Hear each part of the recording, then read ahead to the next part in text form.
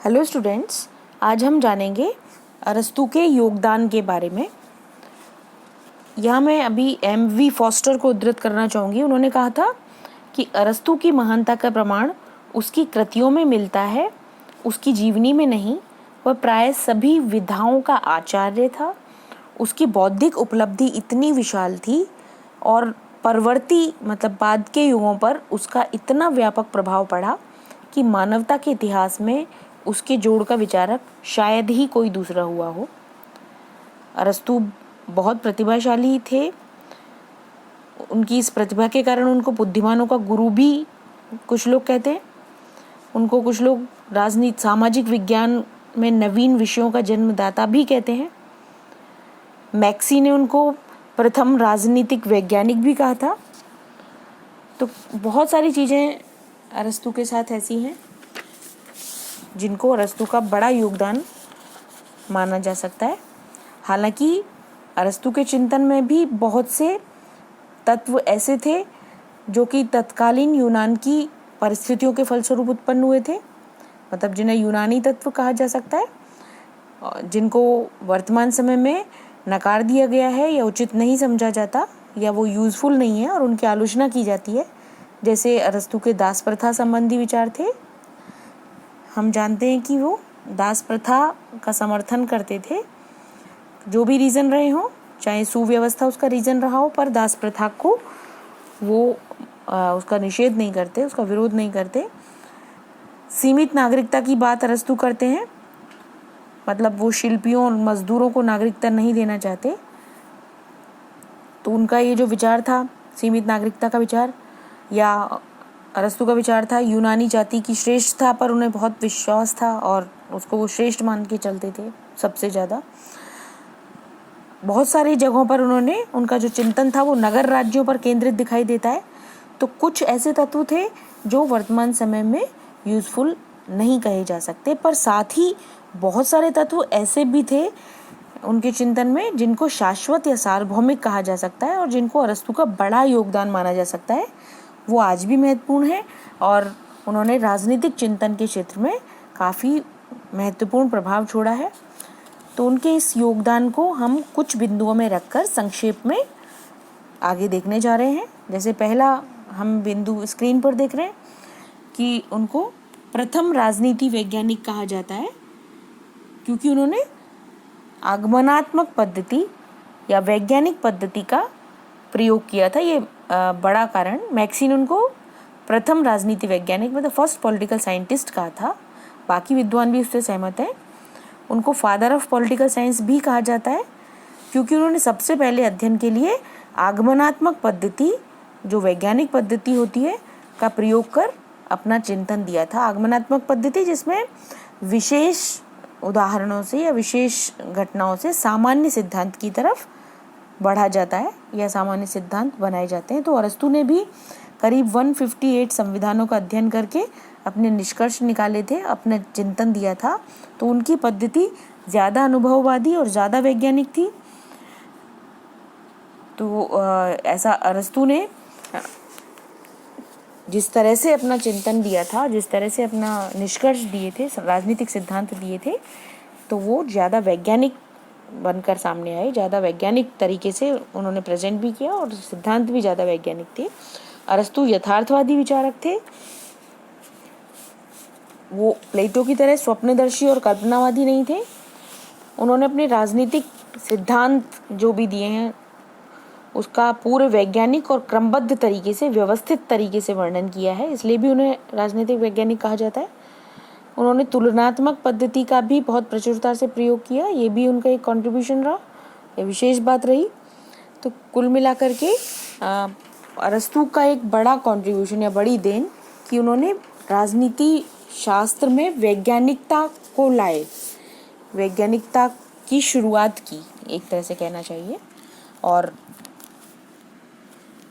ये एक बड़ी देन अरस्तू की मानी जा सकती है। दूसरा पॉइंट हम स्क्रीन पे देख रहे हैं, संविधानों या सरकारों का वैज्ञानिक वर्गीकरण। और ये हम पिछले हमारे वीडियो में जान भी चुके हैं इसके बारे में कि अरस्तू ने बहुत वैज्ञानिक तरीके से, मतलब बहुत व्यवस्थित और तार्किक तरीके से सरकार के विभिन्न रूपों की व्याख्या की, जो निश्चित रूप से उनकी एक बड़ी देन है, बहुत महत्वपूर्ण माना जाता है। जिस तरह से उन्होंने इतने वर्षों पहले सरकार के बहुत सारे रूपों की को बताया और उनकी व्याख्या की।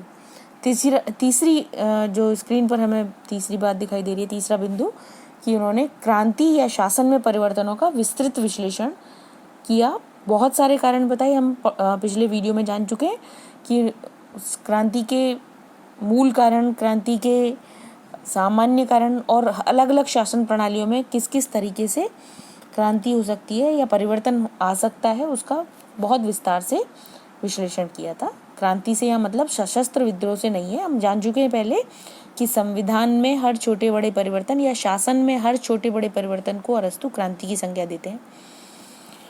और न सिर्फ उन्होंने कारण बताए, बल्कि स्थिरता के लिए भी बहुत सारे उपायों पर प्रकाश डाला। मतलब उन परिवर्तनों को दूर करने का उपाय बताया, और बहुत से उपाय तो ऐसे बताए जो आज भी प्रासंगिक और उपादेय नजर आते हैं। जैसे एक उपाय जो मुझे बहुत सही लगता है कि उन्होंने मध्यम वर्ग संख्या में ज़्यादा हो तो शासन स्टेबल रहेगा की बात की। तो निश्चित रूप से ये वर्तमान समय में भी उपादेय हो सकती है, क्योंकि आर्थिक विषमता निश्चित रूप से असंतोष का कारण ज़्यादातर शासन प्रणालियों में बनता है। चौथी बात हमें यहाँ स्क्रीन पर दिखाई दे रही है, जिसके लिए अरस्तु को याद किया जाता है कि उन्होंने राज्य और व्यक्ति के संबंधों का समुचित निर्धारण किया। मतलब ना तो बहुत ज़्यादा व्यक्तिवादी थे और ना ही बहुत ज़्यादा राज्य के प्रति व्यक्ति का समर्पण करवाते हैं। एक बैलेंस जो तरीका था, बैलेंस तरीका, वो उन्होंने अरस्तु ने दिया। अरस्तु ने मानवीय प्रवृत्ति की घोषणा करते हुए कहा था कि मनुष्य एक सामाजिक प्राणी है और समाज के अभाव में उसके अस्तित्व की कल्पना भी नहीं की जा सकती। तो अरस्तु का ये जो प्रसिद्ध वाक्य है, सबने सुना भी होगा, इसको राजनीतिक दर्शन का मूल मंत्र माना जा सकता है। राजनीतिक और सामाजिक संगठनों का आधार मनुष्य की यही सामाजिकता की भावना है। तो अरस्तु इसको लॉजिकली सिद्ध करते हैं और कहते हैं कि राज्य भी एक स्वाभाविक संस्था है, और इसी तर्क पर चलते हुए अरस्तु ने व्यक्ति की स्वतंत्रता और राज्य की सत्ता में उचित सामंजस्य स्थापित किया, और जो किसी भी अतिवाद से परे है, किसी भी एक्सट्रीम स्थिति पर वो नहीं चाहते हैं। व्यक्ति को राज्य का अंग मानते हुए भी राज्य का उद्देश्य व्यक्ति के लिए श्रेष्ठ जीवन का निर्माण करना बताकर उन्होंने ये समन्वय स्थापित किया, जो निश्चित रूप से प्रशंसनीय है। पांचवी बात हमको यहाँ स्क्रीन पर उनका योगदान हम याद करते हैं, और ये एक बड़ा योगदान माना जाता है कि उन्होंने कानून के शासन का समर्थन किया, कानून के शासन की बात की। और अपने जो गुरु थे प्लेटो, हम देख चुके हैं प्लेटो के विचार भी, कि उनका जो सपना था आदर्श राज्य का, उसमें वो दार्शनिक राजा के शासन की बात करते हैं। तो प्लेटो के विपरीत, अरस्तु प्लेटो के शिष्य थे, पर प्लेटो से विपरीत अरस्तु का मानना था कि कानून समाज के श्रेष्ठतम विवेक के आधार पर निर्मित होते हैं, और किसी भी, चाहे वो व्यक्ति विवेकशील ही क्यों ना हो, किसी भी व्यक्ति के मनमाने शासन से बेहतर होते हैं। कुल मिलाकर इतने वर्षों पहले ही पूरे विश्वास से ये धारणा प्रतिपादित की थी उन्होंने, जिसका महत्व आज भी है। आज भी हर जगह, हर देश में, हर शासन व्यवस्था में कानून के शासन को ही सर्वोपरि माना जाता है और उसी को अपनाने की पूरी कोशिश की जाती है। भारत में भी कानून के शासन की धारणा को अपनाया गया है। छठी बात हमको यहाँ स्क्रीन पर अरस्तु की एक देन या योगदान, नागरिकता पर उनके विचार। अरस्तु ने नागरिकता की व्याख्या की थी, और ये व्याख्या राजनीति शास्त्र के लिए बहुत सहायक सिद्ध हुई। बाद में जब आधुनिक नागरिकता की परिभाषा को निर्धारित किया गया, तो अरस्तु के विचारों का मार्गदर्शन लिया गया। निश्चित रूप से इतने वर्षों पहले नागरिकता संबंधी प्रश्न पर विचार करना और नागरिकता को परिभाषित करना एक बड़ी बात थी, और वर्तमान समय में नागरिकता के प्रश्न पर विचार करते समय और उससे संबंधित सिद्धांत बनाते समय अरस्तु के विचारों का सहारा लिया गया। तो नागरिकता पर जो अरस्तु के विचार थे वो उसकी मौलिक देन माने जाते हैं। सातवीं बात, मानव एक सामाजिक प्राणी है का उद्घोष, ये अपने आप में अरस्तु की एक बड़ी देन है। ये एक राजनीति विज्ञान के लिए सूत्र वाक्य बन चुका है। इसके लिए अरस्तु को हमेशा याद किया जाता है, अरस्तू का हमने काफ़ी बार सुना होगा पहले, अरस्तू का स्टेटमेंट कि मनुष्य एक सामाजिक प्राणी है और जो समाज के बिना रहता है वो या तो पशु है या देवता। ये अरस्तू का स्टेटमेंट है, काफ़ी प्रसिद्ध। अगला हम देख रहे हैं 8वीं बात या 8वीं देन की कि उन्होंने सरकार के 3 अंग बताए थे। हालांकि वो वर्तमान अंगों से थोड़ा सा अगर हम गहराई में जाकर के पढ़ेंगे तो थोड़े से डिफरेंट थे, पर अरस्तू ने स्पष्ट रूप से सरकार के 3 अंगों की बात की थी। हालांकि वो नाम अलग है।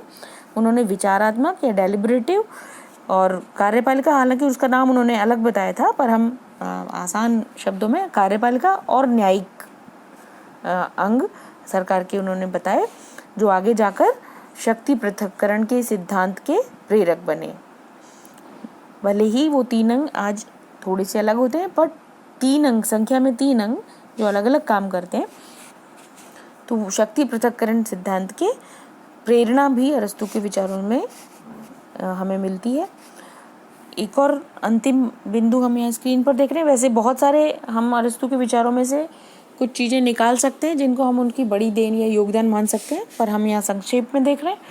हम एक और अंतिम बात यहाँ अरस्तू को जिसके लिए याद किया जाता है कि उन्होंने आर्थिक साधनों का महत्व बताया राजनीतिक क्षेत्र में, और ये एक बड़ी बात थी जिसके क्योंकि हम साम्यवाद को देखते हैं या समाजवादी विचारधाराओं को देखते हैं जो बहुत आधुनिक समय में उत्पन्न हुई, और उनका भी मूल विचार यही था कि आर्थिक शक्तियाँ राजनीतिक शक्तियों को प्रभावित करती हैं। तो पर अरस्तू ने इतने वर्षों पहले ही अर्थ का राजनीति पर प्रभाव का वर्णन किया था, और उसने बहुत सारी राजनीतिक समस्याओं के मूल में आर्थिक कारण बताए थे।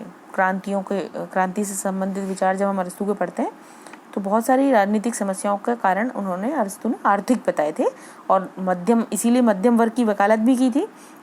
यही सब बातें साम्यवादी भी करते हैं। तो अरस्तू इतने वर्ष पहले ये चीज़ें सोच पाए, तो हम इसको भी अरस्तू की एक बड़ी देन मान सकते हैं। तो कुल मिलाकर के अरस्तू